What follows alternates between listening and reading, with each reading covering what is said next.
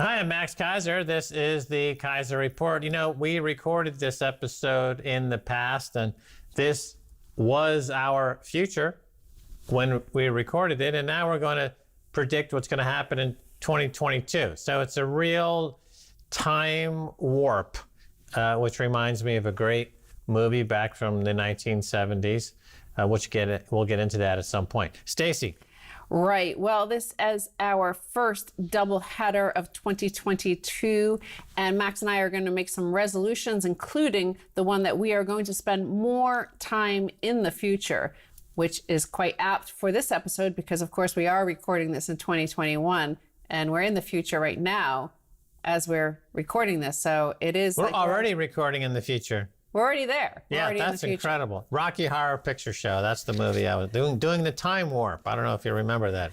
So let's look at some of the reasons why we want to spend more time in the future in 2022. And the reason is because of what happened at the end of 2021. And that is that we went to the future, and that is hyperbitcoinization in El Salvador. So once we were there in the future, we said, hey, why do we want to go back to the past, which is the all fiat world ruled by some boomers, and in the case of Biden, he's the generation before boomer generation. I think it's a silent generation, and it's a decaying empire of bad debts and bogus derivatives and fraudulent oligarchs and things like that. So we decided we're going to spend more time in the future, and that includes going to the future, which is Latin America, which is the developing world, which are the citadels of Bitcoin, and that's what we're going to do. Yeah, speaking of citadels, you know, we were in El Salvador when President Bukele announced Bitcoin City, which he likened to Alexandria. The various city-states of Alexander during the time of Alexander.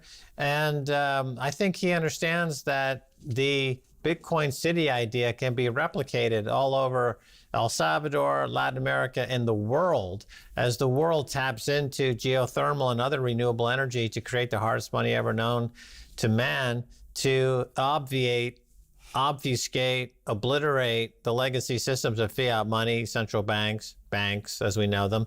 And that is the future. And they are living in the future right now in El Salvador. That's why we are going to go back to El Salvador so we can once again join up with the future on the rocket ship known as Bitcoin.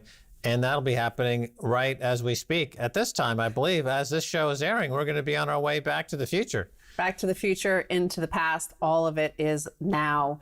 And speaking of the future, the guy, Michael Saylor, CEO of MicroStrategy, saw the future. He's radically impacted the future by his understanding of Bitcoin. When 2020 brought him to the deep understanding of Bitcoin, and now he's like this guru, sort of like a big thinker of Bitcoin. And he tweeted about the future. He said, the future doesn't belong to the faint-hearted, #Bitcoin. We're going to look at, in preparing to get to the future, you have to understand what's coming. We saw all the concern trolling from the IMF, from the ECB, from the Bank of England, from Hillary Clinton, from Elizabeth Warren about El Salvador going their own way and embracing the future, embracing Bitcoin. Well, that's going to spread down all over the place in 2022. We're going to see CBDCs. We're going to get into that. But I'm going to also talk about what we personally, our resolution is to cover the citadels and the notion of citadels and how this will help even those who aren't, who are a little bit more faint-hearted than some others who have been around Bitcoin for a few years, a decade or so. And we're going to cover that in a moment. Right. When you talk about the collapse of fiat money and the collapse of the U.S. dollar, folks are concerned. Like, what does that look like? Oh my gosh! Oh my goodness! What's happening to my dollar?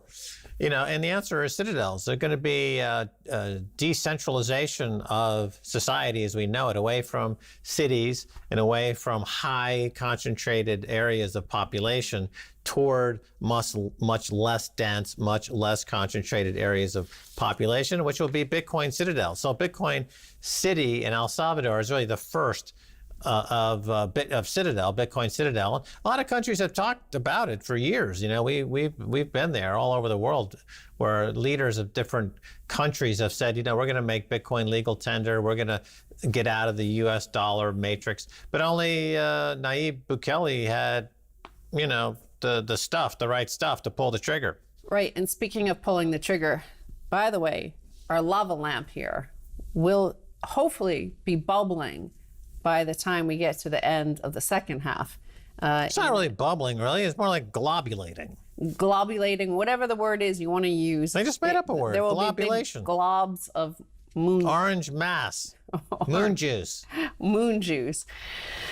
So citadels, I'll read you the Wikipedia definition. A citadel is the core fortified area of a town or city. It may be a castle, fortress, or fortified center. The term is a diminutive of city, meaning little city, because it is a smaller part of the city of which it is the defensive core. Ancient Sparta had a citadel, as did many other Greek cities and towns. So this is kind of an anti-fragile structure, right, against the bigger forces that might be attacking your ideas, your way of living, your lifestyle, your beliefs. You're choosing to live in a relentlessly optimistic future that Bitcoin holds, or, you know, you have these guys like Tony Blair and Hillary Clinton with their mullets wanting to bring you back to the 70s of stagflation, high inflation rates, and their fiat currency pyramid schemes. You know, the mullet was pretty big back in the 70s. So I don't think it's any sort of coincidence that we saw at the end of 2021, we saw Tony Blair, and then we saw Hillary Clinton come out with mullets. Oh, right. No, ABBA has just released a new album, you know, since the 1970s, that last time they were seen with something new. The 70s themes are really coming back fast and furious. And Tony Blair and Hillary Clinton are emblematic of a diseased, stagflating 70s mindset, the malaise of Jimmy Carter. And the citadels, the defensive core of the Bitcoin experience, are rising. Right there in El Salvador, the savior, as it's translated. And it'll spread to other countries and other regions of the world. We're seeing it in Africa. We're seeing a little bit in Europe, but, you know, they're a little slow. We haven't seen it so much in America now because they're really the overlords. They're the beneficiary of the legacy system. They'll be the last. You know, in that sort of dawning of the age of Aquarius, they first started singing about in the 70s. They were preparing for it. And it apparently arrived in 2020. And I think that's part of why everybody, suddenly it dawned on so many smart people at the right time that Bitcoin was needed. And, you know, obviously there were a lot of people like us and all of the cypherpunks and coders and all those sort of people that were already in Bitcoin for a decade. But 2020 and then 2021, we saw the arrival of the likes of Michael Saylor, of Paul Tudor Jones, of Stan Druckenmiller, all these like big minds. There was a dawning on them of just how important this was, in that it was an epochal shift. This is an end of an era. And we've had how many hundreds of years of an all fiat era, and maybe 100 years of a US empire, right? And I think that's at the end. But that entropy that sets in, that rot that sets in on a empire like the United States, and we've covered this is what Keiser Report has covered for the past 10 years, kind of pointing it out. This is what's happening, it's decaying, the entropy is setting in.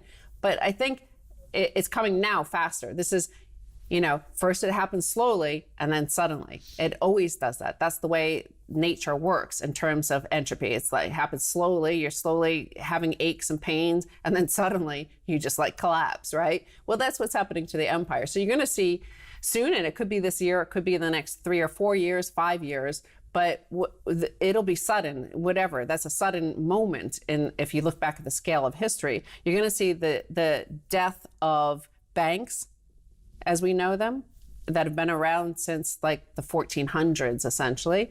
You're going to see the death of the dollar, and you're going to see the death of gold. That's another epoch-shifting moment. Right, a very surprising one, but I agree with you. We will see the death of gold as the monetary premium of gold goes to zero against Bitcoin, and the value will be based on its industrial use, so maybe $80 or $90 an ounce. But this is the dawning of the age of Aquarius, and it's kind of like an astrological halving, right? These huge astrological ages last for thousands of years. And now we're entering into this new epoch driven by Bitcoin, which the Aquarian mind is very ethereal. It's very cerebral. It's very cloud-based, right? So you have the money is in the network, which is not physical like gold, but it's nevertheless harder than gold. And so we are entering, so Michael Saylor, Stan Druckenmiller, Paul Tudor, they're all basically closet hippies. They all go home, put beads on their head, flowers in their hair, and they sing the mamas and the papas. Right. It's also worth noting that Max himself is an Aquarian. Yes, I am Aquarius. I'm an Aquarius, and I've been waiting for this for quite some time. I've dematerialized everything. And in fact, you're looking at a hologram. That's very futuristic. But you know, this decay that is going to set in, it's going to happen fast. That's why, you know, we've been warning about this, if that's the right word. It's just heralding, really. It's not like it's a process that can be stopped, unfortunately, for anybody, any individual, any system. No. Entropy sets in, and it's unfortunate at the end, those who are around at the end, but it's also a good time to be around, right? To witness, those are the history-making moments. We've been covering this, we've been covering the Thucydides trap, we've been covering the fourth turning, all these huge shifts coming at the same exact time, the fourth turning being 2025, which is like supposed to be the really big moment of it. Well, we're gonna see that now, and fortunately, because we are in the future, because we do have Bitcoin, because we do have the internet, because we do have social media and you know, the technology, it's people like Bukele and El Salvador can move fast and rapid, and it's an asymmetric power against these big, lumbering, old, ancient, COBOL-ridden banking sort of debt infrastructure empires of the U.S. Yes, it's like when you have manifestations of a realization of the astrological and astronomical truth, and you build incredible, kind of like Stonehenge is a recognition of the astronomical and astrological reality, and under the equinox, the sun is in a certain way, and we see this in Egyptian architecture going back thousands of years. Bitcoin is in line with that multi-thousand year, multi-million year uber consciousness of humans, where they're channeling cosmic energy. And this is how we evolve quickly in the next 36 months to a whole new being, a state of being. And we shed our mortal coil. We're dematerialized essentially, and we embrace the future, and we become one with Satoshi. The reason Satoshi is anonymous is because Satoshi comes from the future. Because the blocks are propagating, we are going to fuse with the future into the cosmic. Now we're going to take a break. And when we come back, much more coming your way.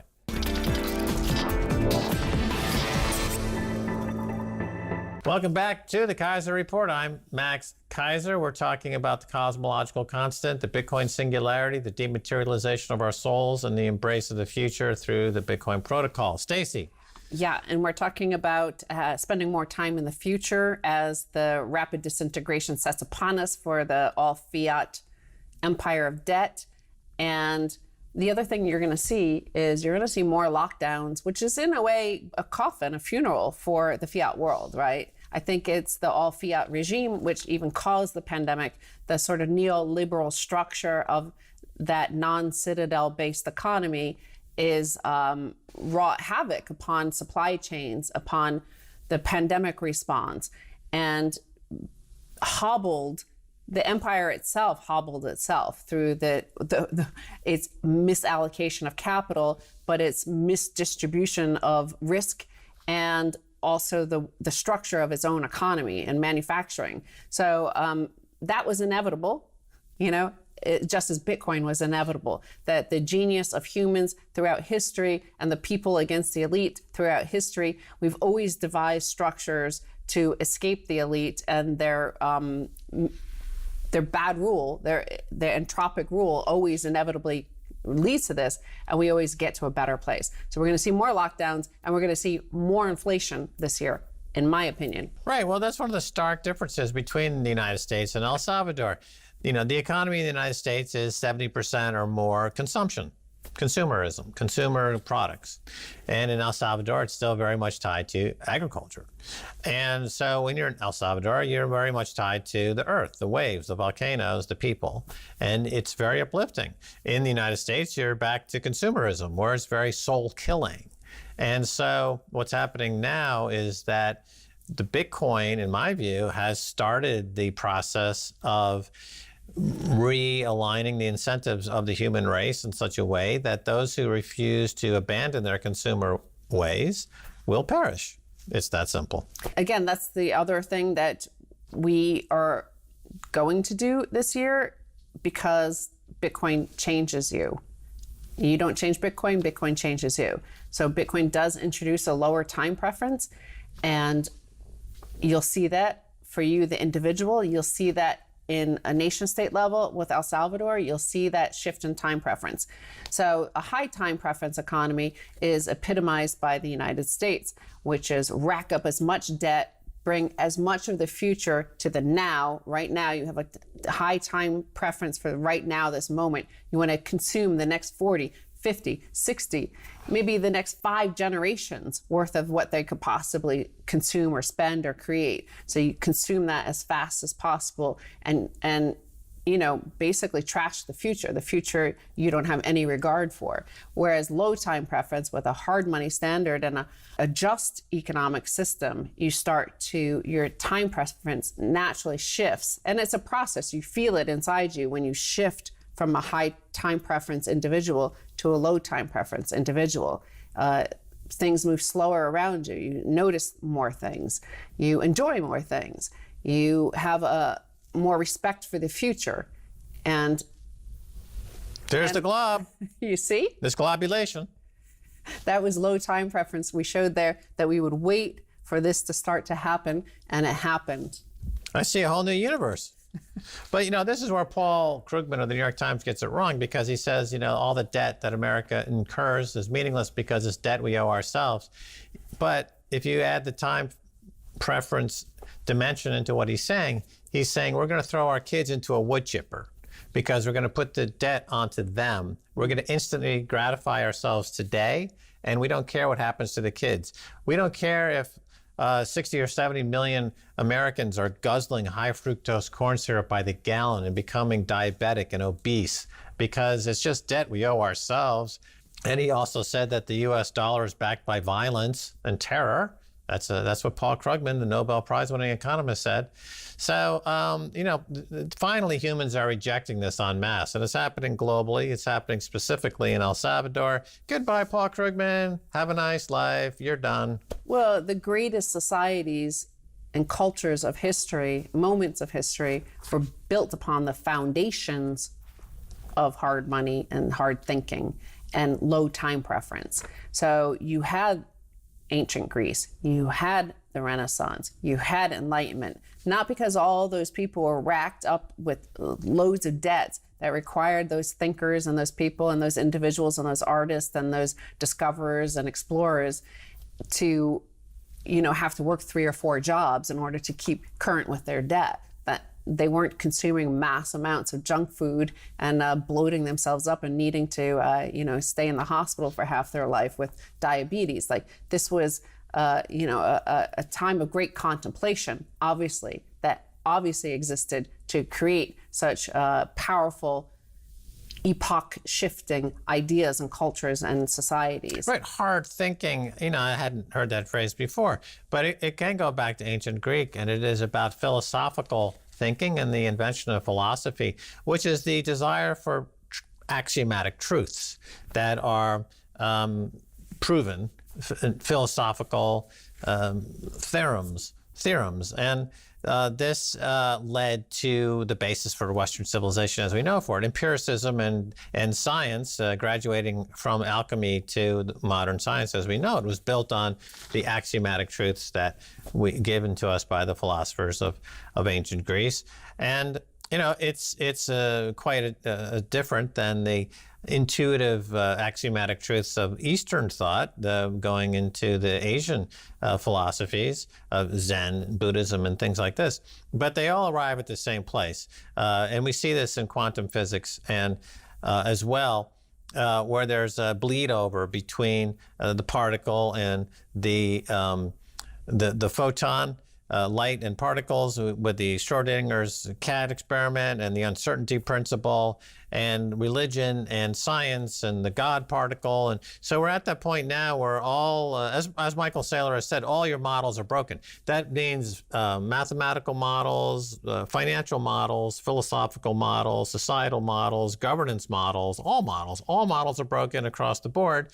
And from that crust of fake entrapment that we built on ourselves arises Godzilla, Bitcoin, and that's what's happening in the next 36 months.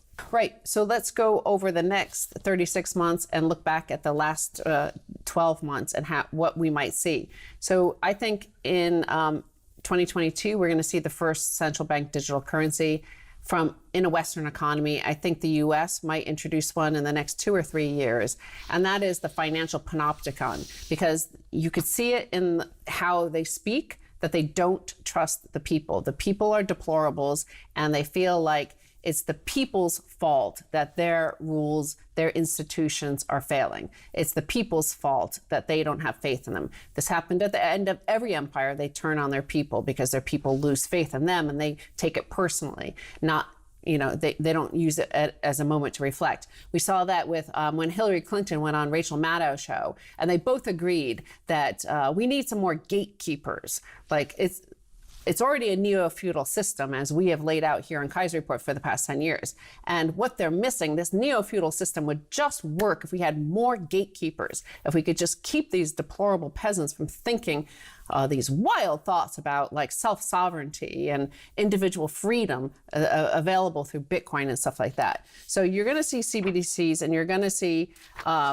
the gatekeepers try to insert themselves in everywhere. But the thing about Bitcoin that the Biden administration admitted to is it does deliver peace, because Bitcoin is the language of diplomacy. It's the new French, right? French used to be the language of diplomacy. It's now Bitcoin, because the Biden administration admitted in 2021 that because of Bitcoin, they can no longer apply sanctions. And that is a really important moment. And we're going to see that the ripple effect of that for the next few years. I totally agree with Hillary. There needs to be more gatekeepers and more walls surrounding America to keep America in.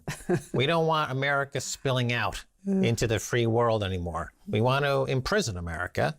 And Bitcoin is that prison, because America won't buy Bitcoin soon enough. It'll be 5 million a coin before they figure it out. By then, it'll just be one huge prison, and the private key will be somewhere inaccessible by anyone in America.